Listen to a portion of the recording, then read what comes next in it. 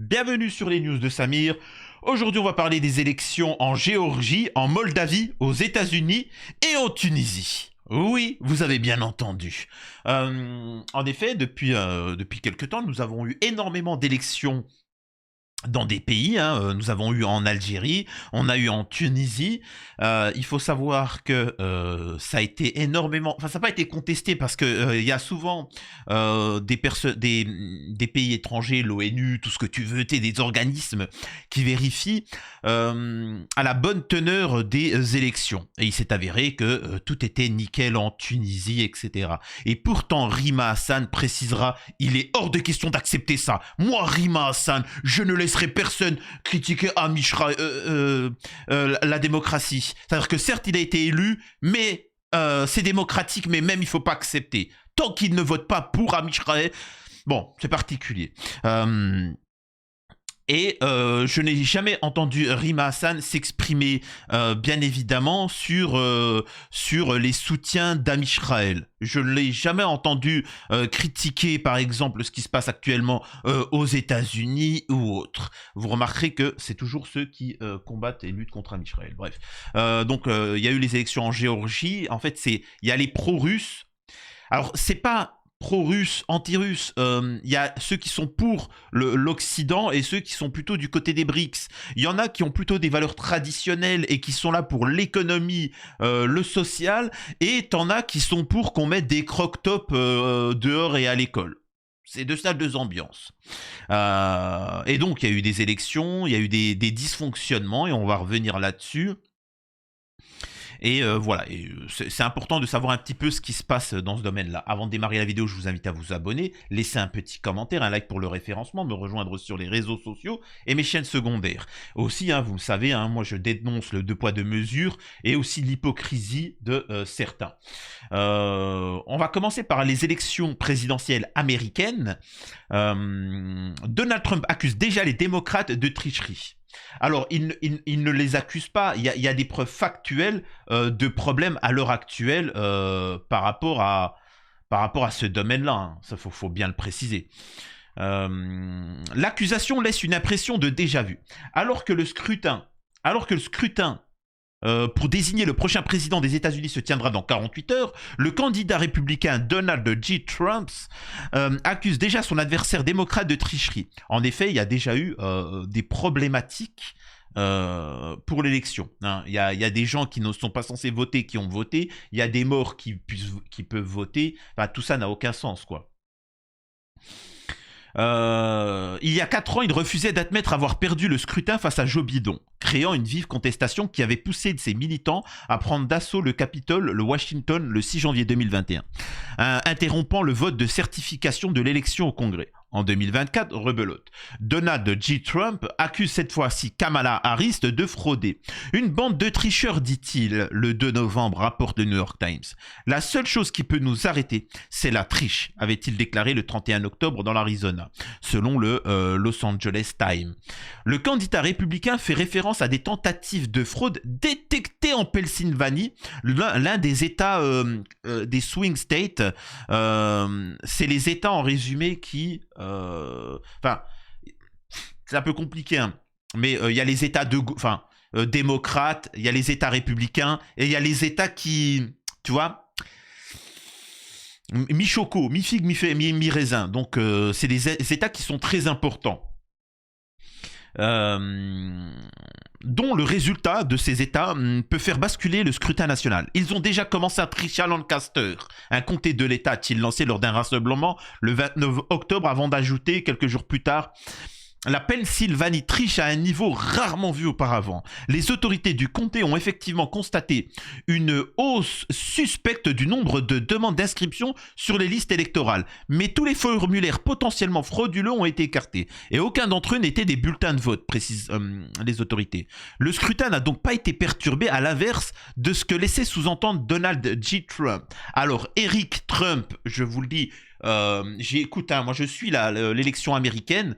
Alors le problème, c'est qu'il y a personne qui traduit. C'est très compliqué, donc voilà, je vais pas machin. Mais en résumé, ce qu'il est en train de dire, c'est qu'ils sont en train, non pas de mettre des votes pour un tel ou un tel, mais ils sont en train de bourrer les urnes, ils sont en train de faire qu'il y ait des fraudes massives pour invalider le bureau de vote. Ce qui veut dire que c'est beaucoup plus vicieux que de mettre des votes pour Kamala Harris qui sont faux. C'est-à-dire qu'ils voient que dans ce bureau de vote, il y a plus de gens qui vont voter, par exemple, pour Donald J. Trump. Et ben, ce qu'ils vont faire, c'est qu'ils vont saboter ce bureau de vote pour qu'après la justice dise allez, on annule ce bureau de vote. Et ça va invalider, certes, les quelques votes de Kamala Harris, mais surtout les votes de Donald Trump. Donc vous voyez, c'est beaucoup plus vice-lardos. Une stratégie qui fleurit depuis 2020. Selon le New York Times, ces dernières semaines, les militants trumpistes se sont également plaints que certains États comme la Pennsylvanie et l'Arizona n'auraient probablement pas fini de compter les bulletins avant la proclamation des premiers résultats. Lors de la précédente élection présidentielle, ce grief était déjà l'un des premiers à surgir dans les jours qui ont suivi la défaite de Trump. Si les responsables électoraux admettent que le décompte des bulletins de vote par correspondance peut prendre plus de temps, il assure que cela n'a pas d'incidence sur les premières estimations consolidées ensuite par les résultats finaux. Cette année, le contrôle des votes a été renforcé pour éviter de nouvelles contestations. Ainsi, 10 000 juridictions locales ont été formées pour certifier les votes avant de les envoyer au capital de leurs États. Par la suite, des certifications sont cette fois-ci réalisées à l'échelle de l'État. Avant que les listes soient envoyées à Washington, récapitulent nos confrères américains, même si cette démarche est obligatoire pour tous les États. Certains s'y opposent. Au moins 35 responsables électoraux ont décidé de bloquer la certification. Les 8 États concernés sont l'Arizona, le Colorado, la Géorgie, le Nevada, le Nouveau-Mexique, la Caroline du Nord, la Pennsylvanie et le Michigan. La majorité d'entre eux sont des États, des swing states, dits des États clés. Du pain béni pour les cultes de Trump, la seule chose qui compte, ce sont les votes qui peuvent être certifiés par les citoyens américains, et c'est sur cela que nous nous concentrons, a indiqué Steve Bannon, ancien conseiller de Donald Trump. Alors, je poursuis, mais je vais m'exprimer sur des détails. D'ailleurs, pour galvaniser ses électeurs, le candidat républicain n'a pas manqué d'affirmer ce 3 novembre être à la tête dans les 7 États clés. Toutefois, selon l'agrégateur de sondage du Figaro, Donald Trump n'aurait une légère avance sur sa rivale que dans 4 de ces États, Pennsylvanie, Géorgie, Caroline du Nord, bla bla bla, et ainsi de suite. Un discours répété par les militants trumpistes. Pour les sympathisants, le message de Trump est bien passé. Il relaie. En fait, ce que je voulais vous dire, c'est que il a été demandé, et c'est étrange que ça ait été refusé, c'est que tout le public, tout le monde pouvait avoir accès au décompte. C'est-à-dire que certes, il y a le décompte, il y a des gens certifiés pour vérifier que tout se passe bien, mais la population américaine a demandé pour chaque bureau de vote de pouvoir eux-mêmes, c'est-à-dire qu'ils sont en train de faire ça, mais vous venez à 100, à 200, bien sûr il y a la police, tout ça, mais juste pour regarder. C'est-à-dire que toi là qui me regardes, bah, tu viens dans ton bureau de vote et tu vérifies. Ça protégerait de encore plus de dérives. Ça va être refusé étrangement. Pour les sympathisants, il relaie sur les réseaux sociaux de nombreux posts à l'encontre des démocrates tricheurs. Kamala devrait changer son slogan en « Nous gagnons, nous trichons, nous gagnons ». Lol, non, en fait, je ne crois pas que Kamala ait une chance si les démocrates ne peuvent pas tricher. La seule façon pour Kamala gagne, c'est de tricher. Encore, Kamala est fini, ils vont tricher, je ne suis pas sûr qu'ils puissent tricher suffisamment pour la faire gagner. On écrit ce 3 novembre des Trumpistes sur Twitter, aujourd'hui dirigé par Elon Musk, fervent supporter de l'ancien président républicain. Pour autant, cette stratégie employée par Trump ne semble pas effrayer son adversaire démocrate. Selon un communiqué de Dana Remus, avocate de la campagne de la vice-présidente de Kamala Harris, consultée par le New York Times, il n'est pas surprenant qu'il remette déjà en question les résultats d'une élection toujours en cours. Il a échoué lorsqu'il a essayé cela en 2020 et il échouera à nouveau, écrit-elle. Donc encore une fois, il y a véritablement eu des irrégularités, ça c'est factuel, et moi je pose la question, pourquoi à l'heure actuelle nous n'avons pas entendu Rima Hassan s'exprimer sur ces irrégularités? Je pose la question, parce que moi j'ai vu Rima Hassan s'exprimer sur la Tunisie, sur le président tunisien, alors qu'il y a eu les Nations Unies, tout le monde, il y a eu des gens qui sont venus vérifier et qui ont dit que tout s'est bien passé. Et pourtant, elle précisera dans sa demande que certes, le peuple tunisien a voté en majorité pour le président Kaïs, mais ça reste quand même un coup d'État. Voilà.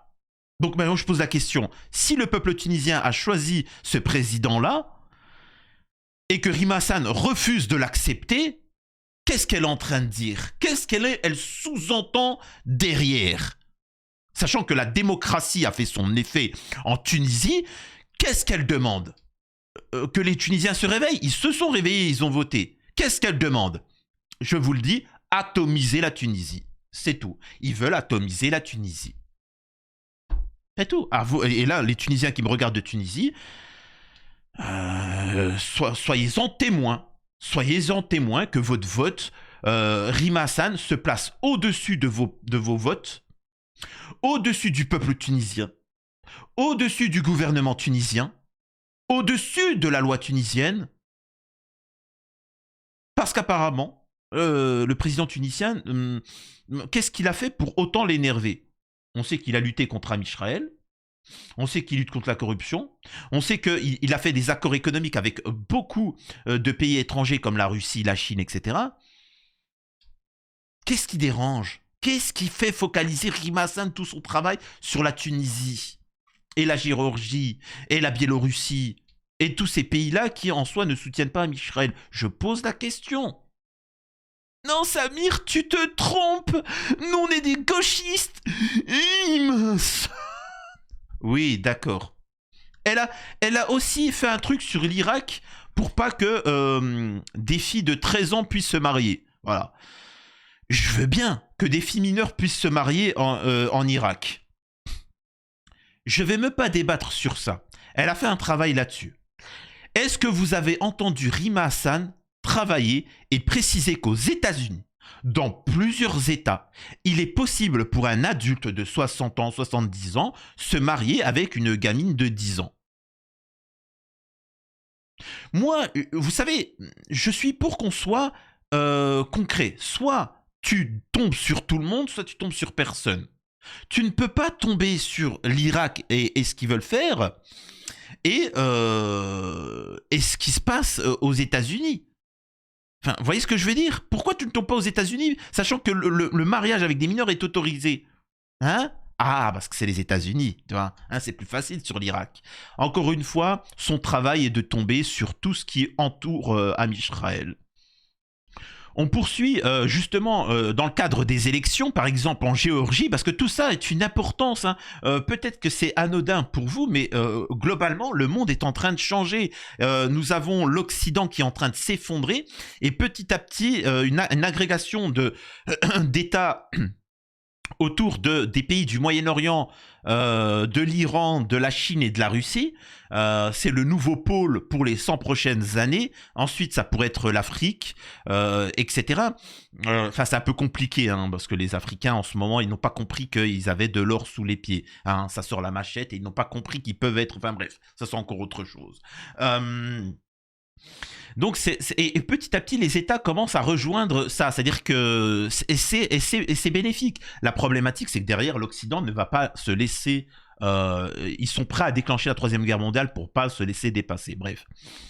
Des milliers de manifestants ont envahi les rues en Géorgie ce lundi 4 novembre afin de faire part de leur mécontentement suite aux résultats des dernières élections. Que se passe-t-il dans ce petit pays voisin de la Russie qui rêve d'Europe ?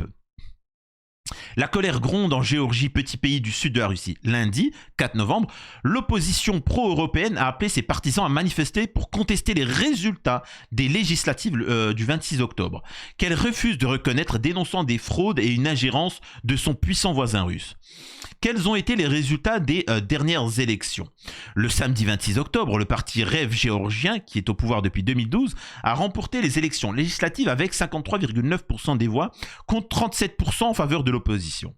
Rapidement, le parti pro-européen, défait, qui a perdu, a refusé de reconnaître ce décompte de voix. Un recomptage officiel suivi 3 jours plus tard dans les bureaux de vote. Mais il n'a pas entraîné de modification significative des résultats officiels précédemment annoncés, comme l'a déclaré la commission électorale, citée par l'AFP.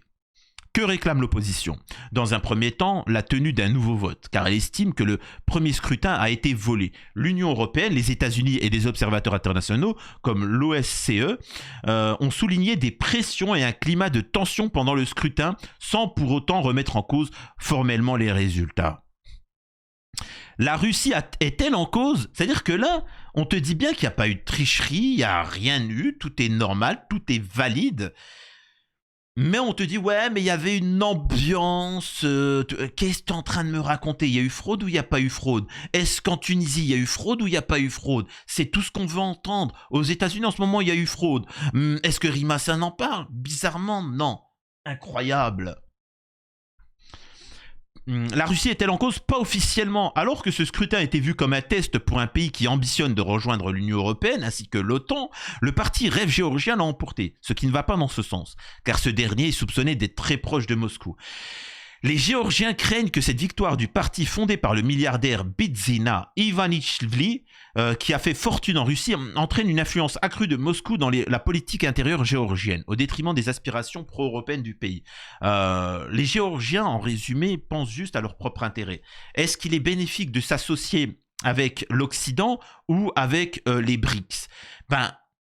Eux, comme c'est un pays encore libre comparé à d'autres, ils se disent, bon écoutez, les BRICS, il y a 80% de la richesse mondiale chez les BRICS, tu vois. En plus, il y a eu dans la banque des BRICS, il y a l'Algérie qui a mis ses billets et qui a été invitée à y participer. Donc, s'il y a l'Algérie, quand même. Ah, je rigole, c'est bon. Ah, quand même, doucement, calmez-vous. Bref. Nous sommes témoins et victimes d'une opération russe spéciale, une forme moderne de air hybride contre le peuple géorgien, avait déclaré la présidente géorgienne pro-européenne le lendemain des élections. Preuve des liens qui unissent Moscou et le parti Rêve géorgien. Viktor Orban, le premier ministre hongrois, s'est rendu mardi 29 octobre en Géorgie afin de féliciter son homologue Irakli Kobakidze. Les élections ont été libres et démocratiques, a notamment affirmé le leader nationaliste hongrois. Les excellentes relations de Viktor Orban avec Poutine sont bien établies et sa visite renforce l'impression d'une emprise russe sur cette petite république du Caucase. Que préparent les opposants? Lundi 4 novembre, les partisans du parti pro-européen ont appelé à venir manifester à Tbilissi, ainsi que dans les principales villes du pays. L'objectif, faire plier le pouvoir et revenir sur les élections. Et là, moi, j'aimerais juste vous montrer le 2 poids 2 mesures. C'est-à-dire que quand Trump dit « oui, on est en train de nous voler les élections », alors que c'est factuel, il y a de la tricherie, ouais, il abuse, c'est grave ce qu'il fait, il n'accepte pas la défaite, blablabla. Mais quand c'est contre Poutine, quand c'est les entre guillemets, les pro-russes qui gagnent, ceux qui s'en foutent en résumé de l'Union européenne et de l'OTAN, bizarrement, là, c'est il faut sortir. Là, on a le droit, tu vois. Là, on a le droit de se révolter, on a le droit de sortir dans la rue, etc. C'est quand même incroyable. Hein. C'est la démocratie quand ils veulent. C'est-à-dire que c'est soit je gagne, soit je te déglingue la gueule. C'est incroyable, quoi. C'est un truc de fou.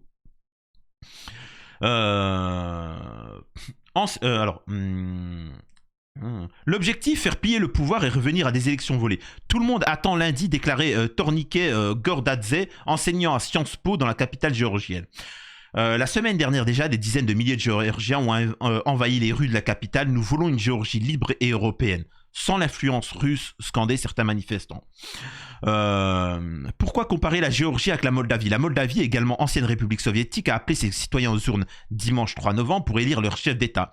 Les ressemblances se poursuivent puisque le suffrage opposait une candidate pro-européenne, la présidente sortante Maya Sandu, à un influent oligarque, Alexandre Stoïnoglo, soutenu par les socialistes pro-russes. Mais cette fois, c'est le camp pro-européen qui a remporté le second tour.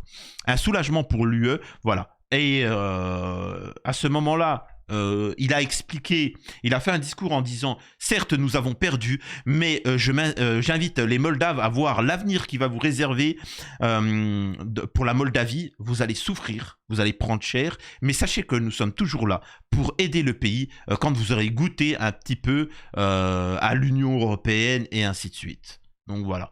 Par contre, eux de leur côté, c'est non, il faut venir, il faut sortir dans la rue, machin, etc. Bande de mauvais perdants, voilà. C'est gravissime.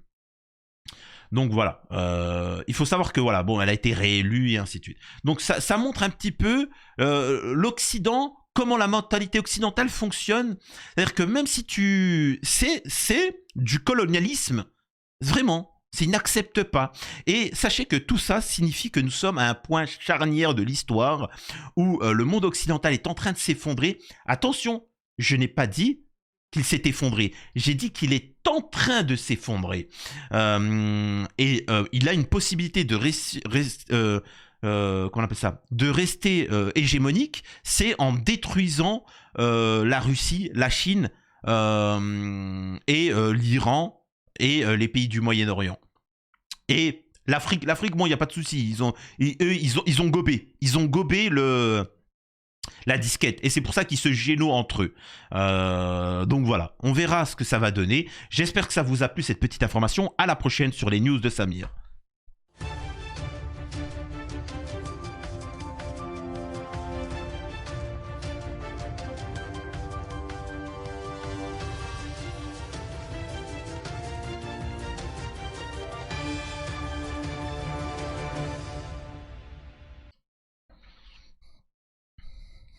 Mais attends, Samir, tu nous parles d'un Israël, t'es capable de nous parler de politique intérieure de la France, tu peux nous parler de foot, tu nous parles de séries télé, t'es capable de parler de la situation en Géorgie et en Moldavie, mais a-t-il un truc que tu ne sais pas faire? Ah, je sais pas, je pourrais pas te dire, Billy, je pourrais pas te dire. Mais en tout cas, j'excelle surtout dans les relations plutôt homme-femme, si tu vois ce que je veux dire. Ok? Donc, si tu veux que je te le prouve, tu m'écris.